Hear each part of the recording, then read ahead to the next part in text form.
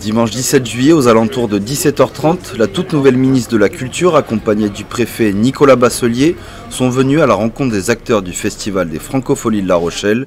Rima Abdulmalak a découvert plusieurs endroits incontournables de l'événement. Premier arrêt, un des postes de secours occupés par les équipes de la protection civile. Ils ont abordé ensemble divers sujets, dont celui des piqûres constatées dans plusieurs festivals de l'ouest du pays ce mois de juillet. Retour en interview sur cette rencontre inédite.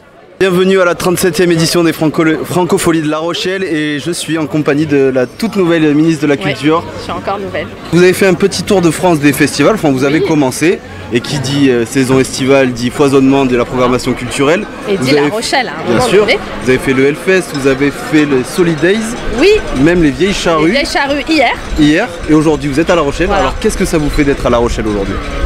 Je retrouve ici ce qui fait la sève de ce festival, cette énergie particulière, cette magie, les lieux extérieurs qui vibrent à la musique, les balades dans la ville. Ce que je trouve formidable avec les Franco, c'est qu'ils font ces balades chantées dans la ville, donc on peut redécouvrir le patrimoine tout en redécouvrant la musique.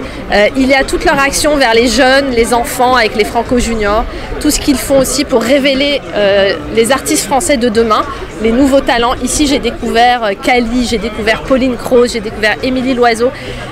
Si je repense à tous mes souvenirs, oui, bien sûr, c'est le festival où on découvre ceux qui vont être les têtes d'affiche de demain. Et pour moi, c'était très important de les soutenir, mais de soutenir aussi, là, on vient d'en parler, toute leur action éco-responsable. On est dans un moment de prise de conscience qu'il faut une certaine sobriété énergétique et une transition écologique aussi pour les festivals. Ils sont complètement pionniers en la matière. Je voulais aussi les soutenir dans cette démarche. Et vous, personnellement, quelles sont vos influences au niveau de la musique ? Qu'est-ce que vous aimez comme musique en particulier ? Alors moi, dans mon adolescence, j'ai eu une grande phase hard rock. C'est pour ça que je suis allée au Hellfest réécouter les Guns N' Roses dont on a vu des vidéos où vous étiez en folie. Voilà. J'étais assis au concert de M à Solidays parce qu'on se connaît bien depuis plus de 20 ans. Mais j'écoute aussi de la musique classique, j'écoute de la chanson française, j'écoute de la musique du monde. Étant libanaise, je suis aussi très sensible à la musique arabe et à toutes les musiques du monde. Voilà. Au mois de septembre, c'est la rentrée. J'imagine qu'il y aura des gros dossiers à attaquer. Quelles seront vos priorités là pour cette rentrée ?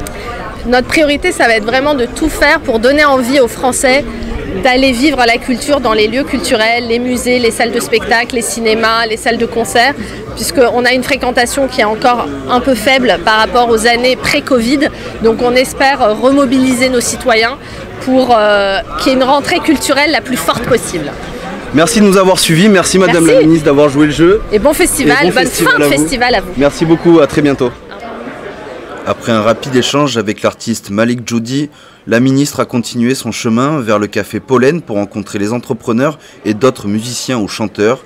Une tournée estivale qui permet de faire un premier état des lieux de l'offre culturelle avant d'attaquer la rentrée de septembre.